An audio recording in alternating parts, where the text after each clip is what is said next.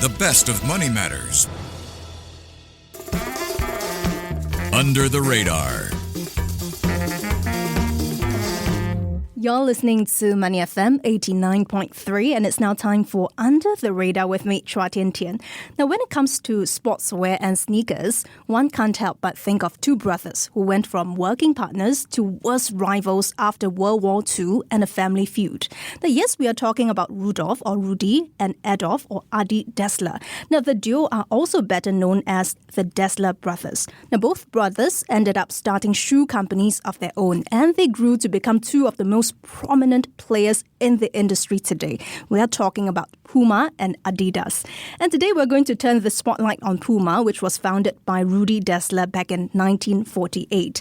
Now, since its founding, PUMA has become one of the world's leading sports brands that has been designing and marketing footwear, apparel, and accessories for over 75 years. Now, the firm prides itself on offering performance and sport-inspired lifestyle products in categories including football, running and training, basketball, golf, and motorsports. With a distribution network in over 120 countries, PUMA's influence runs deep into street culture and fashion, particularly so given the brand's multiple collaboration with renowned brands and designers who are closely connected with the community on the ground. Now, PUMA is an interesting company to look at given the ongoing tariff situation between the US and China.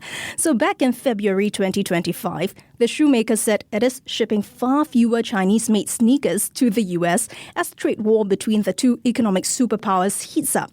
But how are things looking like right now, and how far is Southeast Asia a bright spot for the firm then?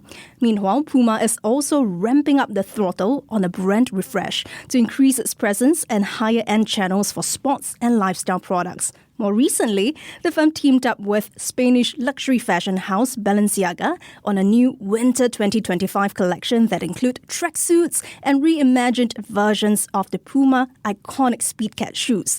But how far will such collaborations help the firm anchor its positioning in the sportswear industry? Well, lots to talk about, as you can imagine. And joining me right here in the studio is Sanjay Roy, Managing Director, Southeast Asia and Oceania at PUMA Group. Sanjay, welcome to the show. Thank you so much, Tintin. Great to have you. And Sanjay, we've briefly talked about PUMA as one of the world's leading sports brands that has been designing and marketing not just footwear, but apparels and accessories. But let's hear from you. How would you describe PUMA's value proposition and business model today? Well, PUMA is one of the oldest companies in this world. It's a 75-year-old company with its root very, very strongly built in sports.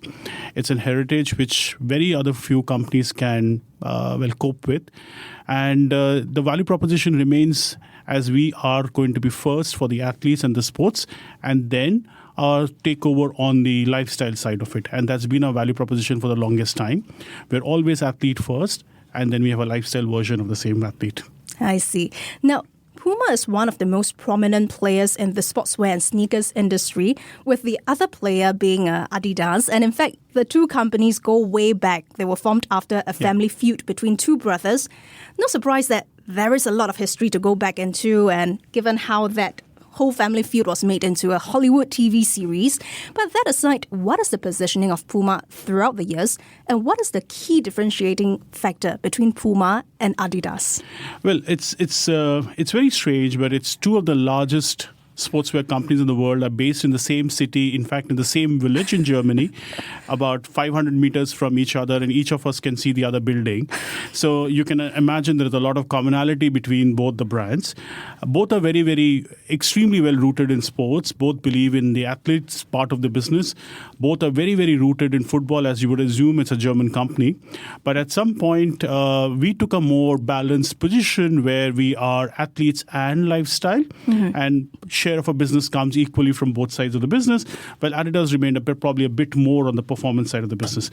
We have taken our athletes and the things that an athlete loves to a normal consumer for him to enjoy have the same feeling and the same heritage of what an athlete enjoys with. And that has been a differentiating factor. I give you a very simple example, something like motorsport. It's what a motorsport athlete wears on the track. It's the same product that we have it on the ground with a normal fan wearing exactly the same replica, feeling the pulse of the brand from that perspective. So I think there has been a slight movement away, and now there is a clear differentiation from a brand point of view. We are a bit more nicer, colorful than my neighbor across the street. Okay, so you're less focused on the performance. You're more focused on taking the design that the athletes are wearing and customizing it so that it is fashionable for people on the ground to wear it on a day-to-day basis, not so much about performance, so to speak. Not really. We're very, very rooted in performance. Okay. We, in fact, from a Pele to a Maradona to an Usain Bolt, these are all performance athletes, and they cannot be wearing Puma if the product is of not that innovation. The only difference is that we have taken that product to the mass consumer also for him to have that feel in a more livelier manner also. So there's been a balance from that point of view. I see. Now, let's zoom in on your business verticals, Sanjay, because Puma prides itself on offering performance and, as you mentioned, sports-inspired lifestyle products. We're looking at categories including football, running and training, basketball, golf, and motorsports. So take us through the various verticals and ultimately, which is the most important vertical when it comes down to money on your balance sheet? Well, money isn't everything, but I'll go back to my previous answer. We are split quite equally between performance and lifestyle product line. Within performance, of course, football leads. We're a German company. The heart of the business still lies in football in a very, very big way. But after football, it is running, it is basketball and golf, which is very critical for us. All of this is very important because that's where the technological innovation starts to happen. That's where a new material, a new product is generated, created, and it's done for the very best of the athletes. So a lot of our original research comes from the performance side of it. And then the other half of the business is the lifestyle part of the business, where we take this high performance product and we commercialize it for a more larger audience base. So I would say equally from performance and lifestyle. Of course, lifestyle products are slightly more available versus performance, and performance is the more high performance products. It's a bit more expensive, as always. When you talk about more affordable and expensive, just so that our listeners can have an idea, what range are we looking at? Oh, it's a big range, I'm sure. It's a very, very big range. In fact, I'll answer this question differently. What's happening in the last 5 years, consumers are slowly and slowly moving towards more and more higher performance product, and they're willing to pay a much higher price. In fact, we were having a conversation this morning, and the most expensive shoes will sell out the best these days. Okay, the one with the highest amount of innovation technology sell out the best. So there is no barrier of price anymore left. If you have a very highly innovated product, a really technologically advanced product, that's what the consumers are looking for. So it's the world is changing, really, really changing. Okay. I went to one of your stores in Vivo City yesterday, and I saw that the Speedcat is priced at about 169. So would you say that your most expensive shoes are way higher than that? Oh, yes. Lots of product higher. Multiple times? Maybe 2x. Okay. Maybe 2x. We have a lot of collections, and again, store to store, we would decide what to bring in. But you do definitely have a lot more expensive products in the pipeline or in the range. Some we bring to Singapore, some we don't bring to Singapore. But again, that's on the lifestyle side of it. On the running side of it, it can go up till €300 shoes very easily. And as I said, there is a pattern changing. What we used to earlier think that only athletes will buy the most innovative product, the most expensive. Today, the regular audience also wants to buy exactly the same shoe what the athlete is wearing. Okay. And they expect it to be more fashionable as well. And wear as well. From us, at least, they won't expect that. Okay. And I understand Puma, Sanjay, adopts both a wholesale and a direct-to-consumer model in selling its goods. So who would you describe as your customers? How different is it from the day-to-day consumer of sneakers? And what is the average ticket size we're looking at? Well, both the channels, in fact, there are three channels. There is the wholesale route to business, there is the mono retail or D2C route to business, and there's also an e-com route to business. Typically, we find a very high engaged consumers coming to our D2C where they want to understand more about the product. They want to get better understanding. They tend to come there. A more younger audience, a more informed audience comes to our direct to retail sites. The wholesale is a more mass-based audience. One price point lower at times, but within wholesale also there are multiple distribution channels, and some of the distribution channels are very specialized. and they're able to attract really, really highly value consumers, especially the running stores, are of a very different level. Are you more focused on D2C or are you more focused on wholesale? We are very focused on the consumer. It doesn't matter. It doesn't matter, It really. doesn't matter, yes. Okay, let's take a look at your global presence, Sanjay, because Puma's influence runs deep into street culture and fashion. Yes. A distribution network in over 120 countries. Yep. Take us through your global footprint. How important is Southeast Asia and Oceania as a region to the firm financially? What role does it play, especially when it comes down to Singapore? Well, two parts. I think Puma is a 75-year-old company, so you can imagine we are extremely well distributed across the world. We have, I think, over 43 different legal entities across the world where we supply, distributing to 120 countries.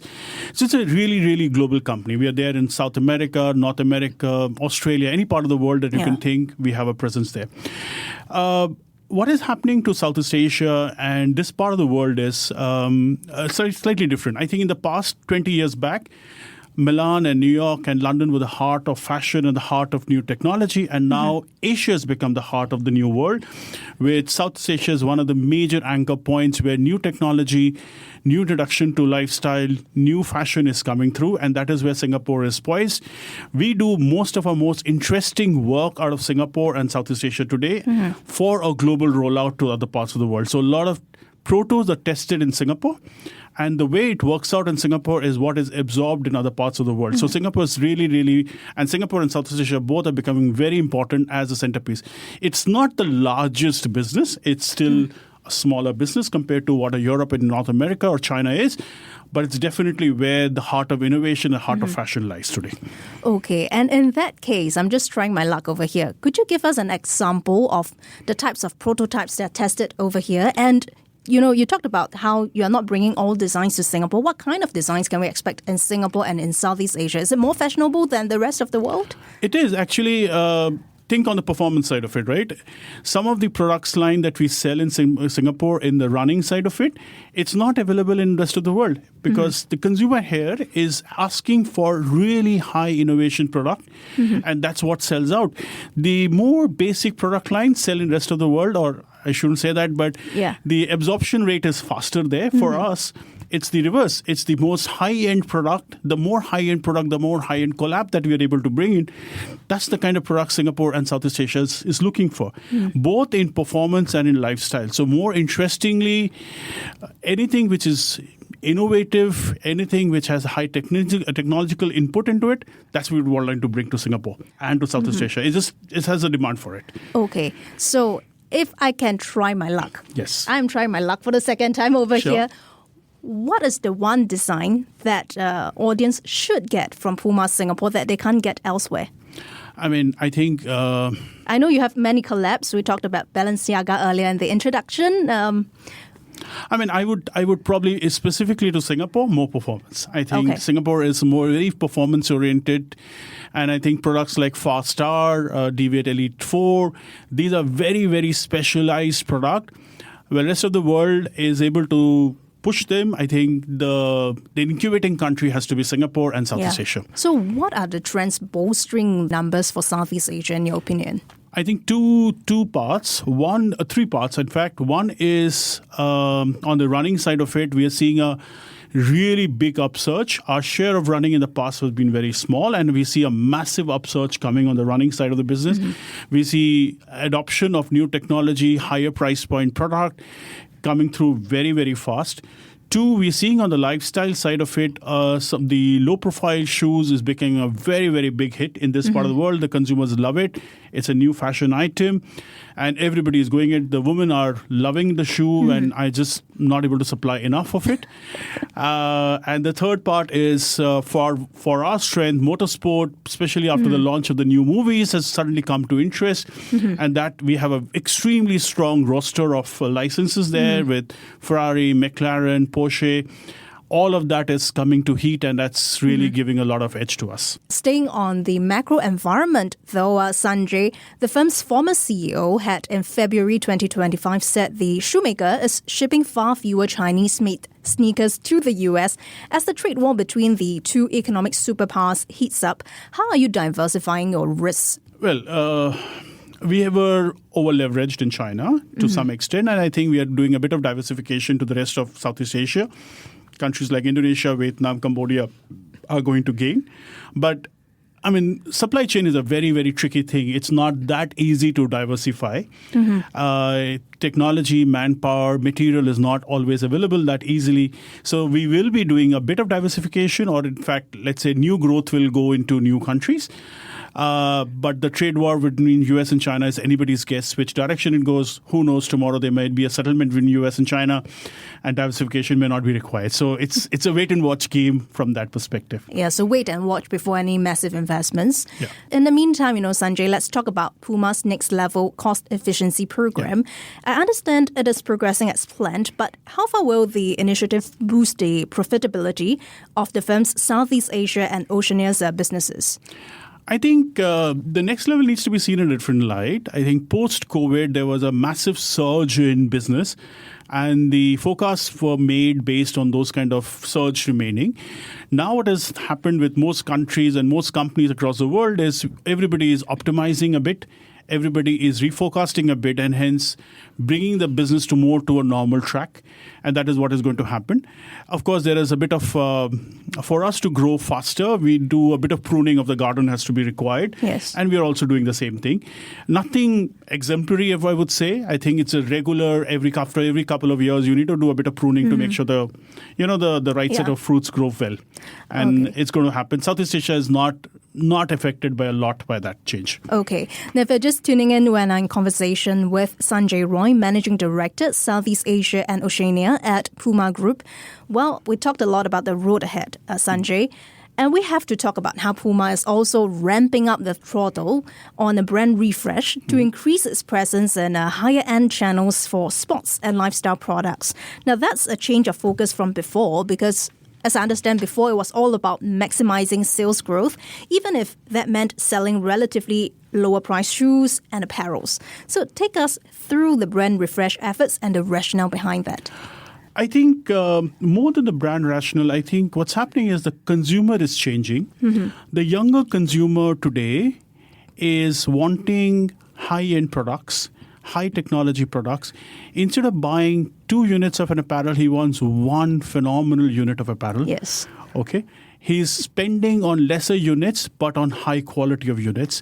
And hence, we are also having to change our product offering where we are now offering that kind of product where the consumer really feels proud and happy.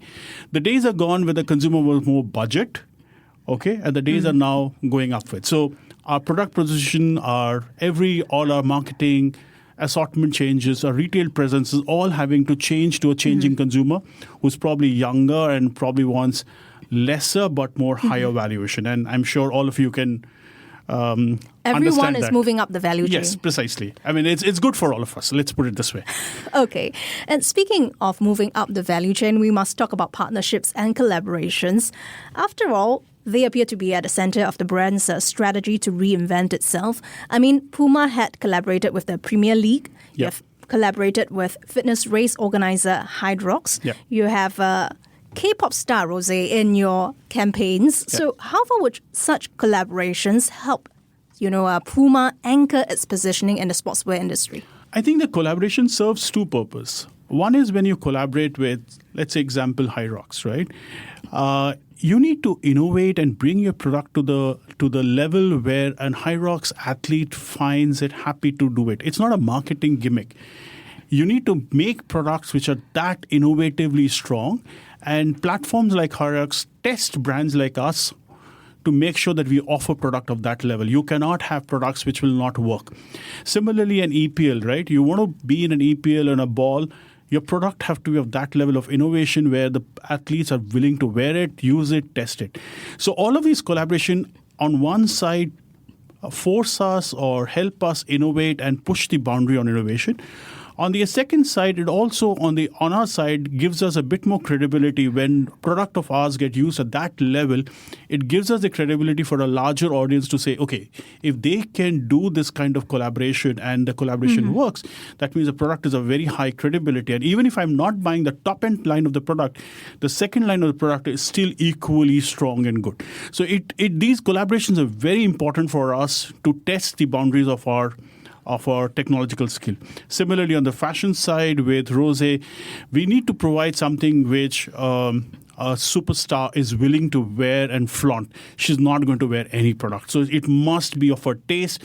She must also feel there's something that adds value to her. So it also means that we need to provide her product and assortment which she is happy and proud about. So it really forces the innovation part of our business in the strongest possible manner. And more recently, Puma teamed up with a Spanish luxury fashion house Balenciaga on a winter 2025 collection that includes, of course, tracksuits and reimagined versions of your iconic Speed Cat shoes. Yep. What should we know about the latest partnership? Who else is on your pipeline? Oh, well, I cannot tell you who else is on the pipeline. That was a nice one. But let me put it this way. Somebody like a Balenciaga has options of collaborating on a lot of products with a lot of different brands. And when they choose a product from a brand to collaborate with, and it's a both-way street, they choose the most interesting product that the brand has. So it provides us and them both a platform and a credibility that we have a cool product which they feel that their super luxury consumers will also want, but of course, slightly different takeoff. But the product remains the same. Their takeoff on the product is what makes it interesting. And I think that gives us and them both them a platform to commercialize it, and us as a credibility that they manage to pick up something from our array of product which they would think is something that the luxury consumers would like to have. Okay, a couple of parts to my questions, and Yes. I'm posting them all at once. First is, how important will partnerships be in your brand refresh? That's one. Yeah. And how would you screen for partners? That's two. The third one is, aside from partnerships, what else are you doing to anchor your new brand positioning? Sure. I go back to partnerships, right? Okay. Partnerships are critical because when you partner with somebody, it's not about to sell more product. It's about to test your innovation team to say, hey, there is an opportunity. How do we get to this consumer? What can we give from a performance point of view, from an innovation point of view? What interesting can we do? What research can we do that we find that he's able to maximize his sport in that manner? So partnership from that perspective is very, very important, because every time we touch a new sport or a new space, we have to Innovate. lift the scale, right? So if there is a partnership which does not provide that, it's a bit difficult on the performance side of the business. On the lifestyle side of the business, it's more about creating a trend, right? You create a partnership which is a trend, and which a partner and us collaborate to create the trend based on a performance product. So I think choice of partnership is very, very critical. We don't want to be partnering with things with wrong partners or with bad products. These are something that is complete no-go. Irrespective of how much sales it generates, it's not the good idea to do so, and we will never go in that direction. Okay. And a two-part follow-up from now, Sure. because you've mentioned a lot of exciting points. So talk about screening for partners. What is next on your pipeline? I'm not talking about specific names, but in what areas, maybe for certain sneakers, they're looking to uplift your performance, maybe in apparels, maybe in apparels with a brand of a certain price point that is not exactly fully luxury kind, something like a mid-luxury. What can we expect? And the second point is, aside from partnerships, what else are you doing? Okay, so, I can't tell you about the new partnerships which are I'm coming, sure. that we have to hold back. But the recent one we did was a brand called Say Sky. It's a running brand, and it took off. We haven't done a running collaborative partnership, and we realized that there is a very, very big interest on things like that. I don't know how many of our consumers know about it, but it's one of the biggest sellout in Singapore. It's called Say Sky collaboration. I would expect more of that to come, more niche collaboration pieces to come, higher end performance, probably more expensive, but it's meant to be meant for a different consumer type. On the lifestyle side, again, we are very big on the music side, as you can see. And there'll be a few collaborations coming again, will be of very, very high interest for us. The women's consumer is very special to us. We had a lot of big success on the women's consumer side, from a Rihanna to a Rosé to a Dua Lipa. I think those are also areas where we would see probably some more collaborations coming through. So it's all about partnerships, so to speak. Its partnership is to push the boundaries, but it's PUMA. Okay, it's PUMA. So what else are you doing aside from partnerships? Well, product innovation, of course. Yep. Retail expansion is a very, very big space. Also, new age marketing. What can be done in the new age marketing side of it? CRM is another very, very big topic for me and for the company. How do we go there? The consumer is changing. How do we engage the retail consumers in our store is also very, very big topics for us. I see. And finally, before I let you go, Sanjay, what are some future immediate plans for PUMA for the rest of this year and into the next? What can we look forward to in Southeast Asia and Oceania? Well, Southeast Asia and Oceania, the biggest single thing is expansion. We are a high growth market. The expectation from us and expectation of us on ourselves is to be on the high growth trajectory. Build a few categories very, very strongly, especially on the running side of it, on the football side of it. We just signed the national team of Malaysia. We are going to sign the national team. We've signed the national team of Philippines. We're going to build the football side of it. We're going to build the running side of it. Lifestyle will carry along very, very nicely as it's doing now. Motorsport is another very, very big interest area for us. So a lot of these category build-ups are something we'll do. The second large piece is retail expansion. We're looking to increase our retail expansion in this market. We're still quite underpenetrated in this market. We're quite young in Southeast Asia, so I think there's a lot of work that is required to be done. Finding consumer love is also a very, very big topic for us. That's something that we're working on. All right. Thanks so much for the insights, Sanjay. That was Sanjay Roy, Managing Director of Southeast Asia and Oceania at PUMA Group. Thank you so much for joining us, and we really look forward to what's next for PUMA. Before acting on the information on Money FM, please consider if it's suitable for your own investment objectives, financial situation, and risk tolerance. To listen to more great interviews, download our podcasts at audio.sg or download the audio app. That's AWEDIO, audio at the App Store and Google Play.